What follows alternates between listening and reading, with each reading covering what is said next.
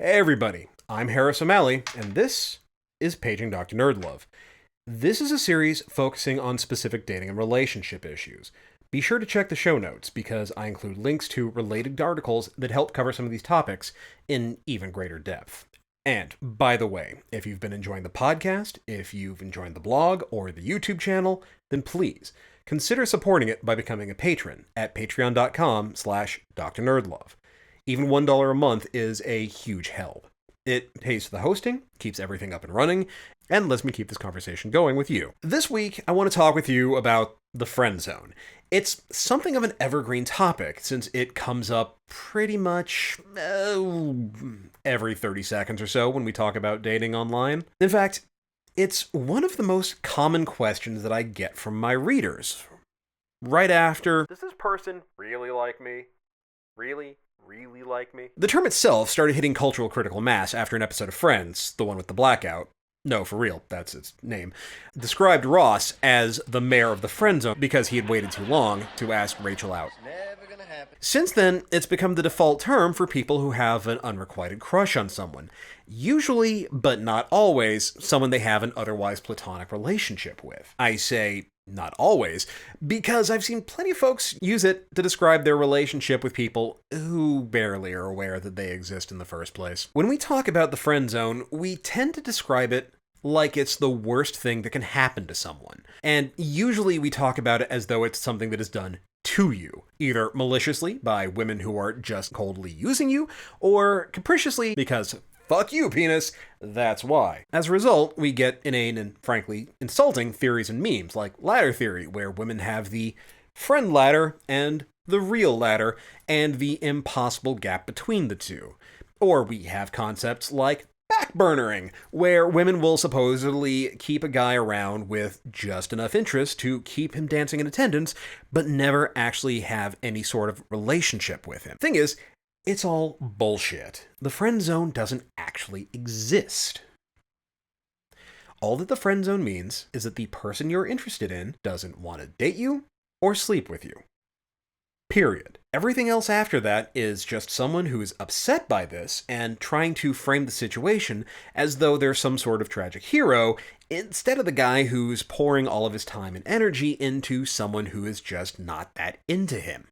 Needless to say, this coincides with a lot of nice guy behavior, which is its own separate topic that I'm going to be getting to in a future episode, don't worry. While the friend zone doesn't actually exist, it's handy as a term of convenience. It's easier than constantly having to say, guy who doesn't want to accept that his crush isn't interested in him every single time we talk about it. There are a number of reasons why someone gets stuck in the friend zone. One of them is simple socialization. Straight, cis men have very few outlets for emotional expression of intimacy. Masculine friendships, for the most part, tend to be active. That is, it's about doing things together rather than deliberately fostering any sort of emotional connection. There's rarely much expression of intimacy in these friendships, and when there is, it's usually parsed in a way to make it not count. We use terms like bromance or bro hug to offset the idea that we actually care about somebody.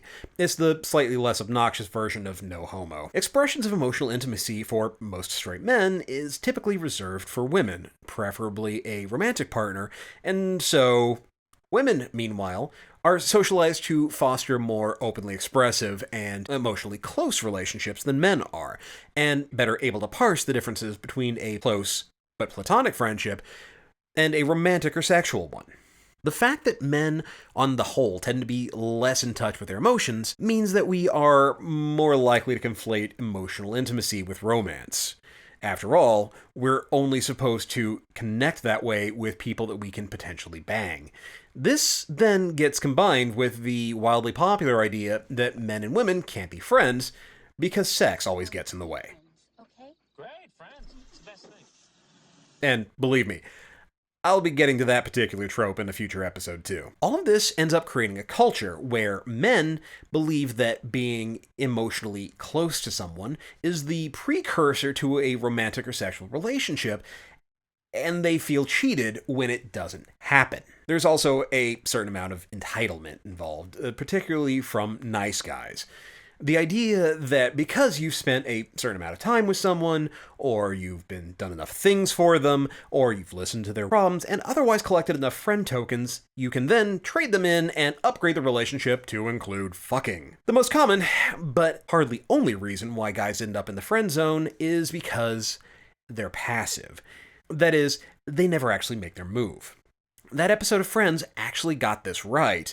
If you wait too long, you end up in the friend zone. Like my old Kempo teacher used to say, he who hesitates is lost. The reality of the situation is, because the guy didn't make his intentions clear from the start, and I mean the very start, they never really had a chance in the first place. They never showed any real interest. That is, they never actually asked her out on a date. They never tried to flirt with her, or otherwise signaled that they saw her as a potential lover. They acted like a friend instead. As a result, the person they were into assumed quite reasonably that they were just interested in being friends. Why do guys do this? Because they don't want to take the risk of getting rejected. They want to try to make sure that they have a 100% chance of getting a yes before they'll even ask the question. And so, they end up treating their relationship with their crush less like romance and more like they're trying to grind their reputation with a neutral faction in Destiny. They spend their time trying to get to a point where their relationship meter is maxed out without ever actually saying words like date, girlfriend, go out. Like I said, that's not the only reason. It's just the most common. There are also guys who get interested in someone only to find out that she has a boyfriend, and so he decides to wait them out. And then, of course, there are the times when the dude has asked her out and was told that either she doesn't like him like that, or she'd rather just be friends, and he's decided that he doesn't accept her rejection, and so he is going to pretend to be her friend so that he can stick around, grind her down, and change her mind. And then on occasion, you do get a case where feelings developed over the course of a genuine friendship. One thing that comes up when you mention the friend zone is that a large number of women will react badly to the concept. It shouldn't be surprising, after all. Acting like a friend to someone when you have an agenda is incredibly manipulative and cruel. Your friendship is a lie. It's intimacy based on false pretense. When you've been open and genuine with someone, only to find out that the only reason why they've been hanging around is because they're waiting for their chance to fuck you, it's incredibly painful. It's also incredibly insulting.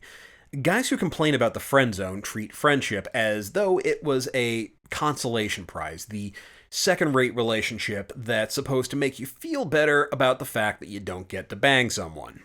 To be sure, there can be times of legitimate confusion, even more so when guys translate what they hear through what might be charitably considered dickful thinking. Women aren't leading you on when they say they wish they could meet a nice guy like you, or that you'd make a great boyfriend. In many cases, this is just a standard compliment. They're commenting on the fact that you have qualities that would make you a great boyfriend for someone else. But it's that silent and generally assumed part that trips guys up. When they hear, "Why couldn't I meet someone like you?" there's an implied and silent, "who actually excites me." Women who say this think you're a good person. They think you have qualities that they would be thrilled to find in a potential lover. It's just that you don't rev their motor, that's all. The common and dreaded, "let's just be friends" talk doesn't always mean that they actually want to be friends, by the way. Women are taught to be indirect, especially when it comes to handling men's emotions and telling them no. Telling somebody, "let's just be friends," is far less harsh than saying, "no, I'm not interested, I never will be interested, please stop asking." Don't get me wrong, "let's just be friends" isn't a lie. There are plenty of times when women really do mean that they want to be friends. The fact that they don't want to sleep with you doesn't mean that they don't think that you're amazing, or that you're not a really important person in their life.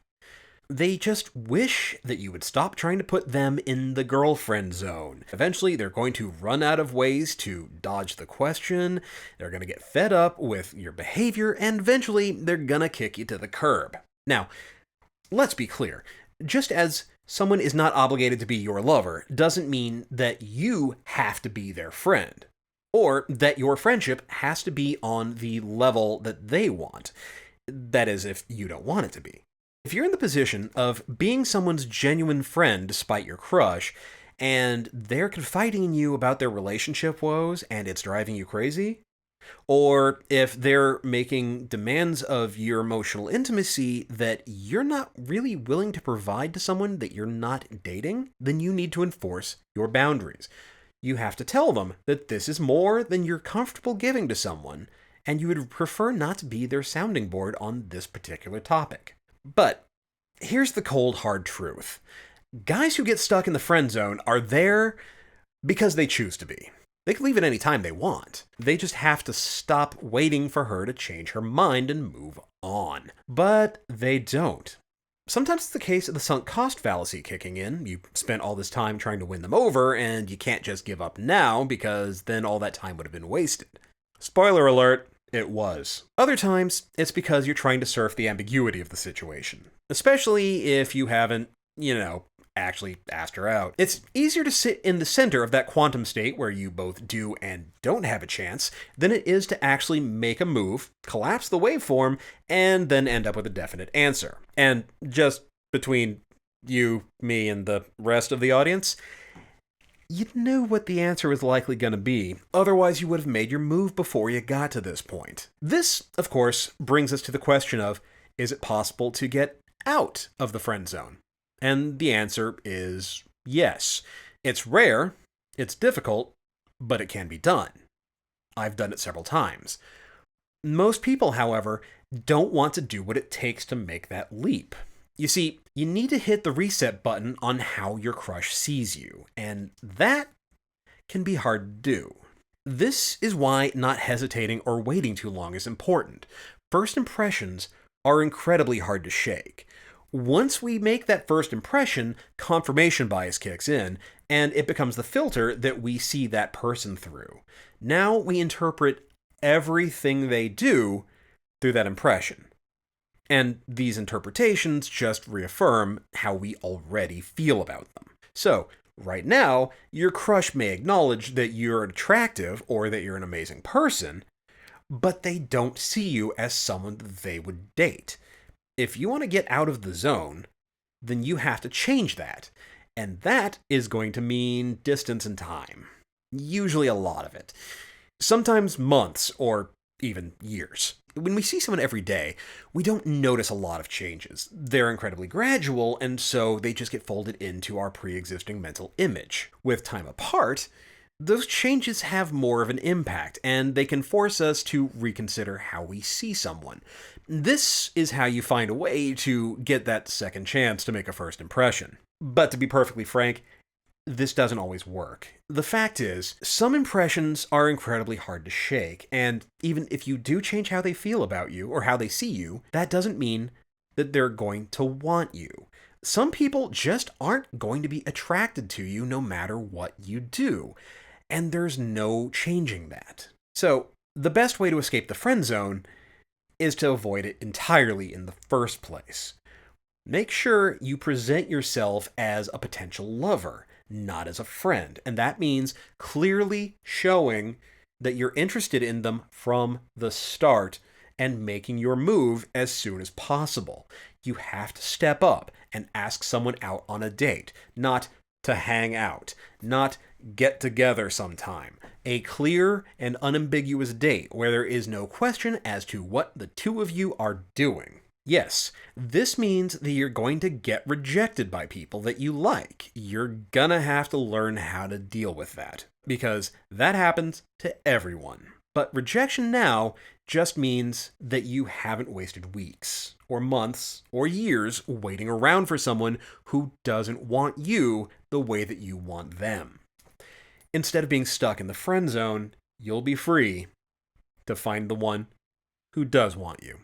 Hey, thanks for watching this episode. Check the show notes I have below. I have links to my columns on this topic if you want to take your dating life to the next level. Check out my books. They're available in print or on Kindle, and again, links right there. And hey, if you do, be sure to give them a review and a rating on Amazon and Goodreads. It's a huge help. If you're digging the series, be sure to subscribe for more discussion about relationships, love, sex, dating, and just how to be a better man. And if you're really enjoying this and you want to support the series, consider becoming a patron at patreon.com/drnerdlove. Even $1 a month is a huge help. Meanwhile, follow me on Twitter at Dr. Nerdlove. Join me in the Facebook group at facebook.com/Dr. Nerdlove. And I will see you here next week with more about love, sex, and dating. Later.